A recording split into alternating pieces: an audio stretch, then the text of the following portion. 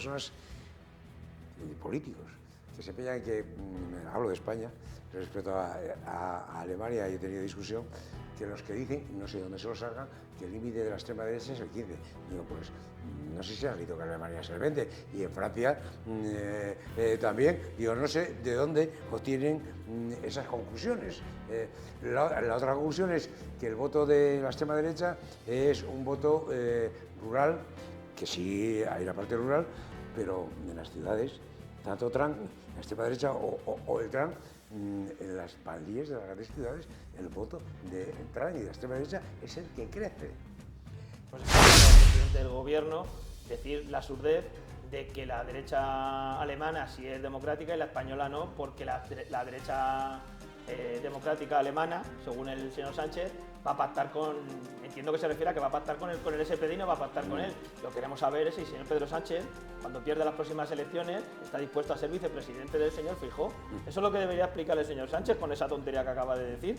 Porque la única alternativa que hay para que el señor Abascal no sea vicepresidente es que alguien del Partido Socialista sea vicepresidente de Feijóo. No hay otra. Es el menos malo de todos los sistemas, eso que quede evidentemente claro. No hay ninguno mejor que él a lo largo de la historia y de la historia de la humanidad. Y luego en Europa, que tenemos que estar, a veces en Europa no nos valoramos a nosotros mismos. Hoy en Europa seguimos teniendo el mayor nivel de vida del mundo, los europeos, más que los americanos en el nivel de vida. El nivel de esperanza de vida también, el nivel de educación también. Confiemos un poco nosotros mismos en nuestra historia, en nuestras instituciones y en la democracia y avancemos.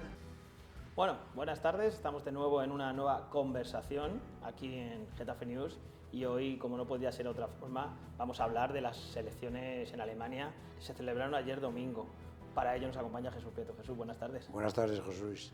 Decía yo que vamos a hablar de las elecciones en Alemania, en las cuales creo que, por destacar algunos de los primeros datos, si te parece, para entrar en la conversación, hablaríamos del descalabro del gobierno, de los tres partidos que formaban el gobierno, la caída, en especial del SPD, ¿vale? Yo creo que luego podemos entrar a analizar los datos.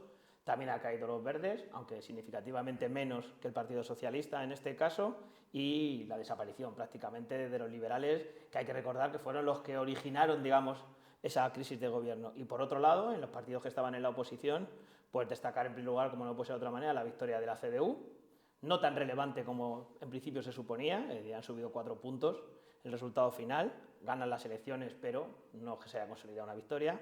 La noticia del día, que es al final como la AfD, el partido de extrema derecha, dobla su resultado, pasa de un 10% a un 20%.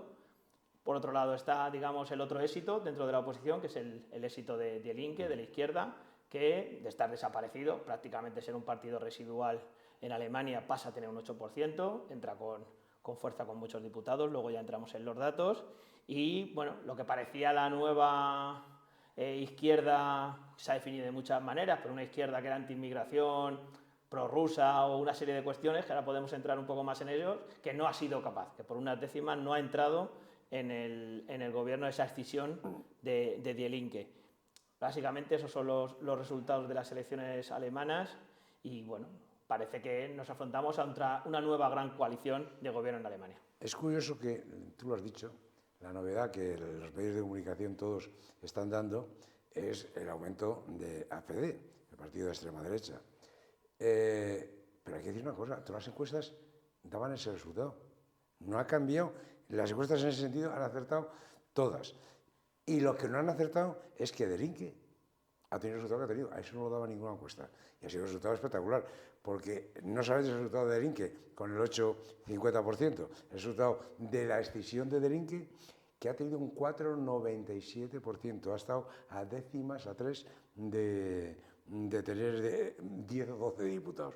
Esa noticia nadie la está dando significación. El hundimiento del SPD es evidente, pero también lo que daban las encuestas. Sí. Y el resultado del Partido Cristiano Demócrata o CSU es el también que daban las encuestas. Ahí, si las encuestas en ese sentido, la caída de los verdes es más moderada que a los liberales, que es total, junto a la de los socialdemócratas, pero también estaba, todo eso, tengo que decir que estaban las encuestas todo. Quizás los verdes le daban más caída de la que ha caído, un poquito más de la que ha caído. Y luego, para mí, el otro tema que no se está destacando es que en las elecciones alemanas intervinieron los rusos y hay programas, hay reportajes sobre todo, todos los medios que utilizaron para intervenir en el resultado de las elecciones, y intervinieron los americanos. Intervinieron los americanos nada más que con declaraciones del presidente, del nuevo presidente y del vicepresidente en la propia Alemania. Algo absolutamente escandaloso, su intervención, tan escandaloso más que la de los rusos. Y sin embargo, hay que decir una cosa, la de los americanos no ha tenido ninguna incidencia en el resultado de las elecciones sobre las encuestas que había antes de su intervención.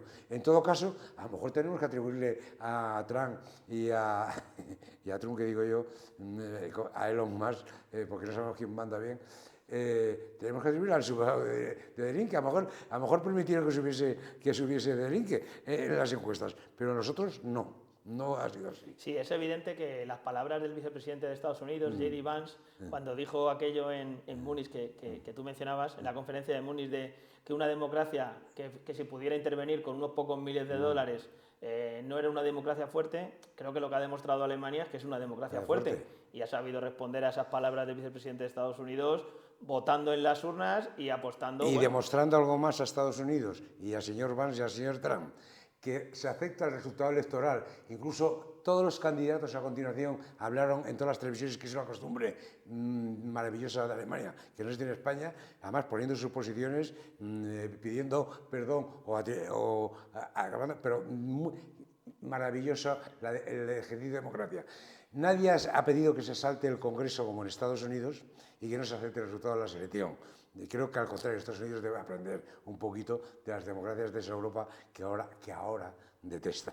Es curioso porque es verdad que eso me sorprendió mucho a mí en la jornada electoral ayer, lo que ellos llaman la ronda de los elefantes, sí, que es verdad que es una cosa que sorprende porque creo que es un buen ejercicio democrático, que los candidatos se reúnan todos, no solo en un debate electoral, sino esto sería un debate postelectoral.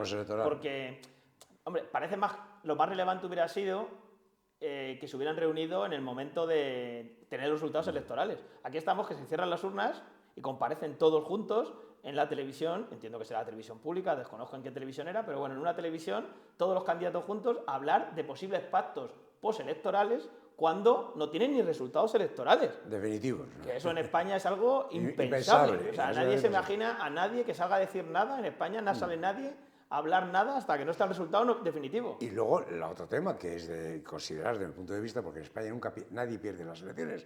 En esa ronda de elefantes, como tú dices, hubo el líder del Partido Socialdemócrata reconoció y pidió perdón por la pérdida y por la falta de liderazgo y anunció que se retiraba, y lo mismo hizo el de los liberales. En ese sentido, es de agradecer. Sí, o sea, yo creo que el nombre de ronda de los elefantes viene por eso, porque en muchos casos, claro, el que ha perdido es el momento, pues como hizo la Sol ayer, para decir, es culpa mía y me voy, que parece que es lo más lógico en un mundo normal. Y de agradecer. Sí, para agradecer. Porque no estamos acostumbrados, no por otro motivo. Claro. Hombre, luego aquí yo creo que para analizar hay muchos temas. Y luego expresar una esperanza. Alemania, que es el país más importante dentro de la Unión Europea por tamaño, por economía, tamaño de población, después de irse Inglaterra, por economía, por industria, expresa una esperanza. Y yo creo que esa esperanza es primero en la Unión Europea y luego en Europa, que de una vez asuma un liderazgo participativo, prometedor, de futuro, con riesgo para mejorar, no conservador, y como en la crisis de 2008 fue nefasta la política restrictiva de Alemania, ahora lo necesitan ellos. Tenemos la ventaja que también lo necesitan. Claro, es verdad que, como tú dices, hay muchos datos para comentar de las elecciones de ayer. A mí me parece relevante ese juego, digamos, de alianzas, porque la propia AfD le planteaba muy claramente... Lo planteó. Nosotros queremos gobernar... Nos ofrecemos. Nosotros queremos gobernar con usted, pues tenemos el mismo programa, se lo dijo, tenemos el mismo programa. Nos han copiado, dijo. Os han copiado, exactamente, es cierto. Podemos gobernar juntos. y el señor Friedrich Merz dijo que él ya había dicho que no iba a gobernar con ellos y que él quería intentar gobernar con un solo partido. Estaba hablando de esa gran coalición. En vez de con dos, porque no tenía los datos todavía. En ese momento no daban los datos. Sí, pero incluso lo valoró. Dijo, preferiría con uno que en dos, Sí. pero no descartó la posibilidad de tener que gobernar tanto con el SPD como con los verdes. No lo descartó. O sea, dijo, prefiero uno, pero si son dos, pues con dos, pero con ustedes no voy a gobernar. Esa claridad plantea por un escenario, el escenario que todo el mundo asegura en una coalición, una democracia, es que va a haber una gran coalición y por otro lado, que el miedo a que esa gran coalición no triunfe, y lo vimos no hace tanto en otros programas que hacíamos, hablamos también en su momento de Francia, las similitudes que hay en este caso es, si este gobierno no es capaz de resolver los problemas de la gente, la alternativa que hay ahora mismo de gobierno en Alemania es la AfD. La misma existe en otras partes, desgraciadamente lo tenemos en más países, desgraciadamente. Hay que decir que la CDU tampoco ha sacado un resultado extraordinario, ha sido un 28%, que es el mismo resultado que sacaron los socialdemócratas en las anteriores. Prácticamente es el mismo. Yo creo que ha aprendido, espero que haya aprendido de que hay errores que no deben volver a cometer y el liderazgo que deben llevar en la Unión Europea y en Europa, porque tenemos el problema de Ucrania ahí, y de Ucrania que es de otros países europeos del este. Creo que Alemania va a tener una actitud más de liderazgo, lo mismo en el tema de la industria y el tecnológico, que lleva un gran retraso. Alemania, ha habido críticas ahora con las elecciones de que se confiaron demasiado desde el gas ruso hasta en el automóvil y que han quedado un poco atrasados o retrasados, y ese liderazgo de Alemania es fundamental para toda la Unión Europea, que esperamos que sean capaces, y el gobierno está claro que se va a montar los cristianos-demócratas con los socialdemócratas.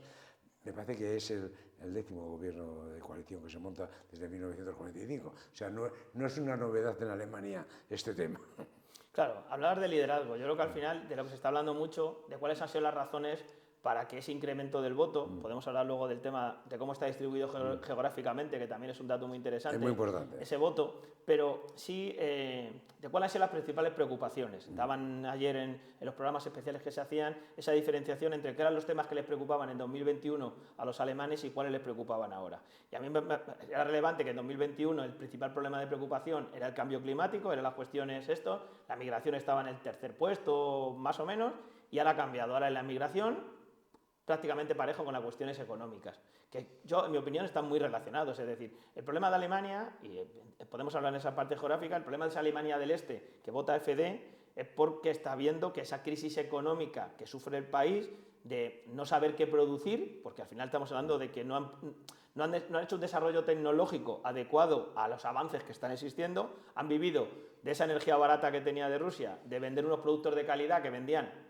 a los continentes asiáticos o al resto de Europa, especialmente, y a Estados Unidos, como exportador, y eso se ha ido acabando, porque han entrado competidores, en Asia especialmente, a la hora de producir, en más calidad, en mejor producto, y ellos se han quedado atrás porque no han invertido. Y creo que esa es la lección un poco que tú sacabas un poco de ese 2008, que ahora además se está hablando mucho de lo bueno que es endeudarse, porque no es tan malo. Me hacía curioso, no sé si era hoy o ayer, y lo hicimos con el COVID y no salió tan mal. Salió mucho mejor de lo que salió la crisis de 2008 económicamente. La austeridad salió mucho peor, ¿no? Claro, entonces ahora se está retomando, lo que digo, no sé si era ayer o antes de ayer, en La Vanguardia, que se hablaba de lo positivo que puede ser invertir en armas para la economía, la economía y para aumentar el PIB.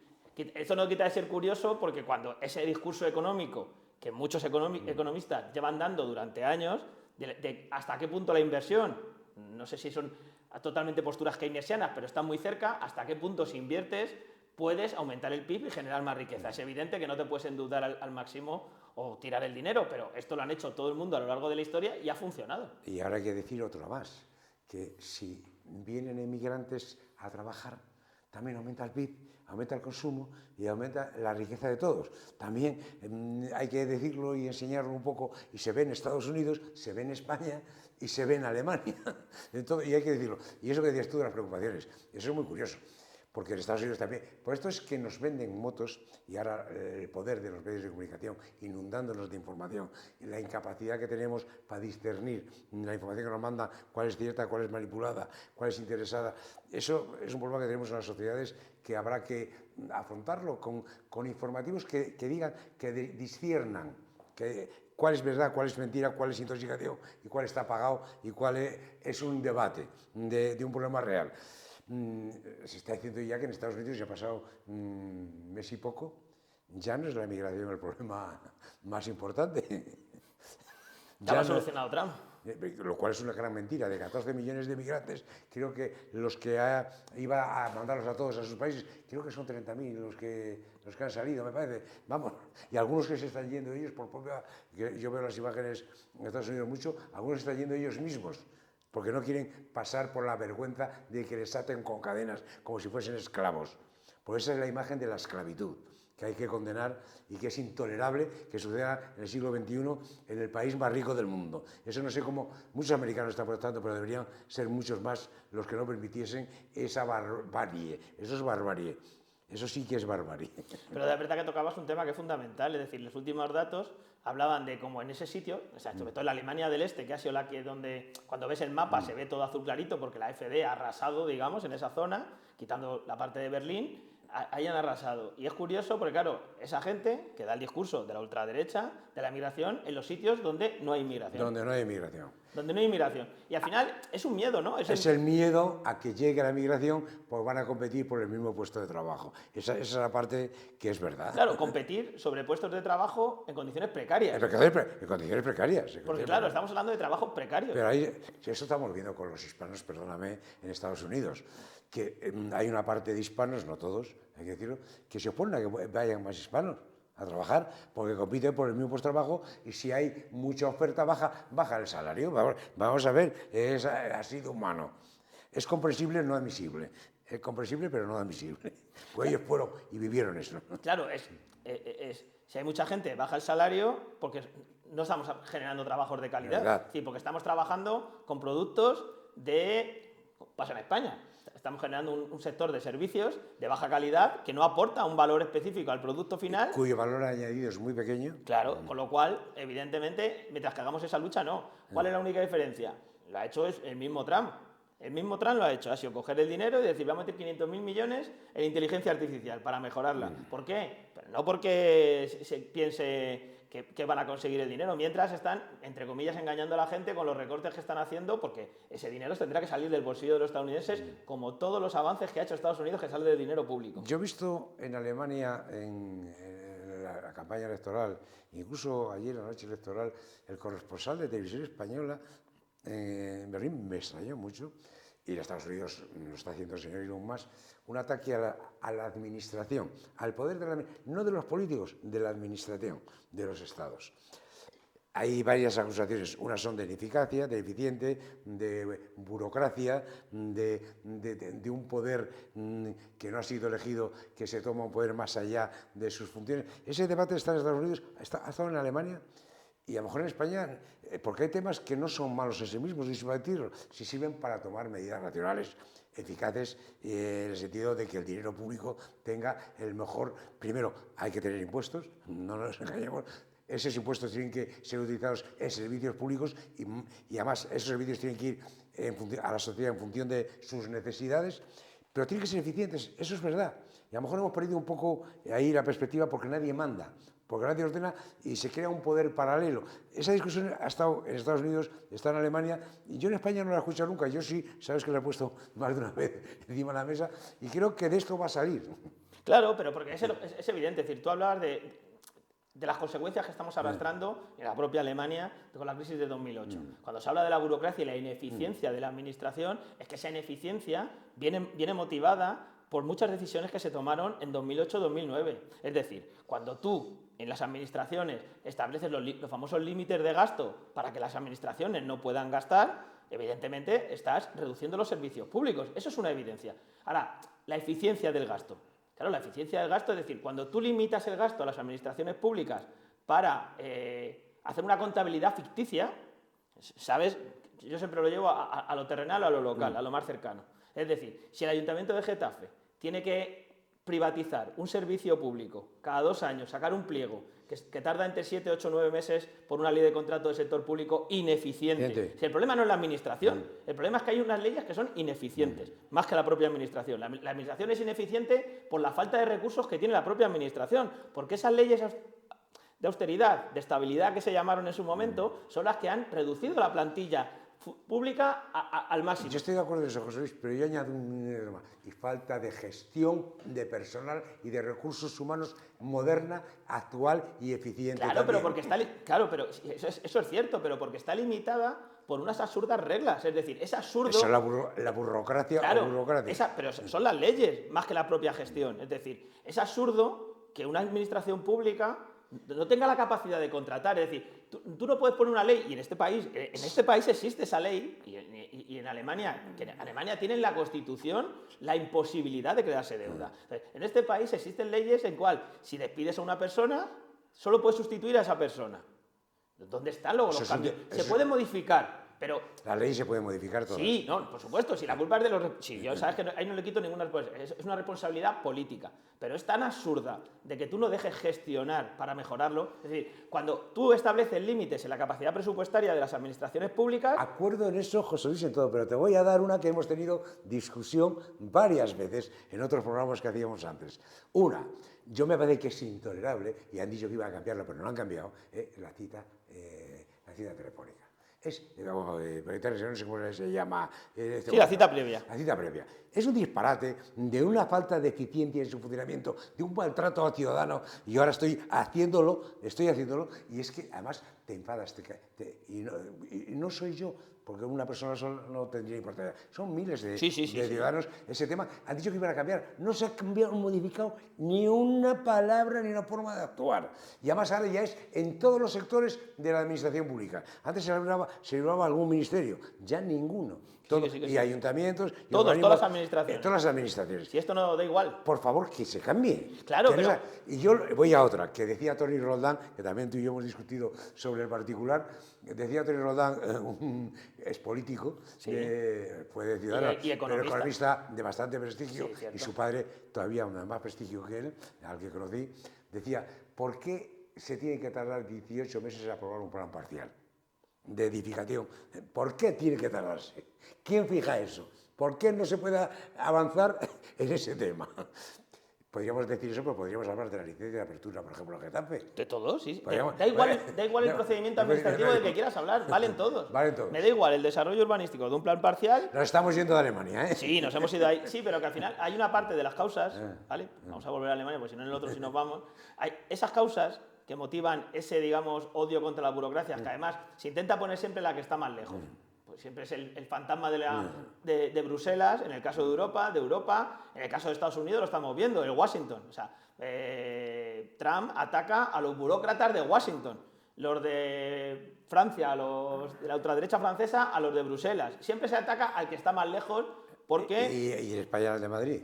Sí, y en España depende o si es una comunidad autónoma, al de la capital. Gobierno de la nación. Es decir, al final en eso es pasarle la pelota a otro. Y lo que no se dan cuenta, todos en general, es que lo único que consiguen con eso es ese descontento de la gente. Y ese descontento de la gente lo estamos viendo en las votaciones. Lo hemos visto en Alemania. Es decir, la gente ha votado, como tú bien explicabas, tanto a la AfD como a la izquierda. O sea, la extrema izquierda, que le gusta llamar así, pues tiene un 15% sumando de Linke y Schwarz-Zielsen. Es que no es una broma. Claro, es que está prácticamente al nivel del SPD. Entonces, claro, y por encima de los liberales. Claro, sí. No, de los liberales por encima, y de los verdes. De los verdes. Claro, entonces, al final, eso cuando hablan de la polarización es porque no se están resolviendo los problemas de los ciudadanos. Si tú no resuelves los problemas de los ciudadanos, siempre es muy fácil buscar un enemigo. Y lo que hace la ultraderecha es buscar al migrante, que... Solo les falta, pasa como a Trump, que llegan a gobernar y ya no se acaba el porque tienes que ofrecer soluciones y ese no es el problema. Tú no dabas antes mucha importancia, antes de empezar el programa, que a mí sí, ¿cómo se ha votado por edades en Alemania? A mí, sin embargo, sí. Es decir, los datos son concluyentes. De 18 a 24 años, el partido más votado fueron la extrema izquierda. Bueno, para no decir extrema izquierda... No, sí, da igual. El más votado, con diferencia. Yo recalco, cada uno recalcamos los cafeteros que nos vemos más llamativo. de 35 a 45, que es la edad, o 30 a 45, que es la edad más productiva, de más empleo, a APD, a extrema derecha, mayor número de votos. Y los jubilados de 60 para arriba, el más votado, con diferencia del primero, los conservadores, vamos, el Partido Cristiano Demócrata, el CDU. Y ahí también donde tenían los socialdemócratas, eran el segundo más votado. Claro, tienes un nicho de votos ahí. Un nicho de votos. Mal asunto, poco futuro para los dos. Claro. En España sucede algo muy similar. Esto iba a decir yo, que no estamos muy lejos. No está muy lejos de eso. de lo que sucede en España. Pero a mí sí me ha llamado poderosamente atención ese tema. Y luego, una cosa que sí envidio como español es el porcentaje de votantes, del 82%. Una responsabilidad ciudadana alta. Muy alta. Claro, o sea, yo no es que no le dé importancia, yo considero que los jóvenes voten a Delinque o a AfD. Creo que los jóvenes en edad suele ser la edad donde la gente, digamos, es más idealista, ¿vale? Por no llamar, porque llamarlo extremista sería un poco así, pero es cuando la gente, digamos, opta por otras opciones. Yo creo que de esos datos el más relevante es el de la gente productiva que vote por la AfD, ¿vale? Porque el pensionista, por así llamarlo, y más en el caso de Alemania, que es una población muy envejecida, y por eso habrá ganado la CDU, realmente, claro, hay una separación grande entre esos jubilados que, como aquí hemos hablado muchas veces cuando hemos hecho lo local, de las grandes empresas con grandes pensiones, con un poder adquisitivo alto, que son los que están manteniendo una sociedad que está muy envejecida, que cuando se quejan de que su principal problema es la inmigración es porque necesitan a la inmigración, es decir, esto lo dijo Angela Merkel, no hace falta que lo diga ningún español. Fue la primera que lo dijo. Y lo reconoció, y los datos lo demuestran, de que Alemania necesita muchos millones de trabajadores para poder seguir produciendo cuando se decida lo que va a producir.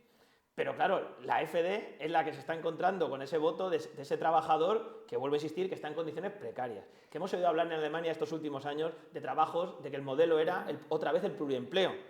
Ese español de la famosa película de los 60 de Venta Alemania, Pepe, ahora es un alemán que tiene 4 trabajos para poder tener 1.500, 2.000 euros, que es lo que necesita para vivir al nivel de vida de Alemania, que evidentemente es un nivel de vida más alto.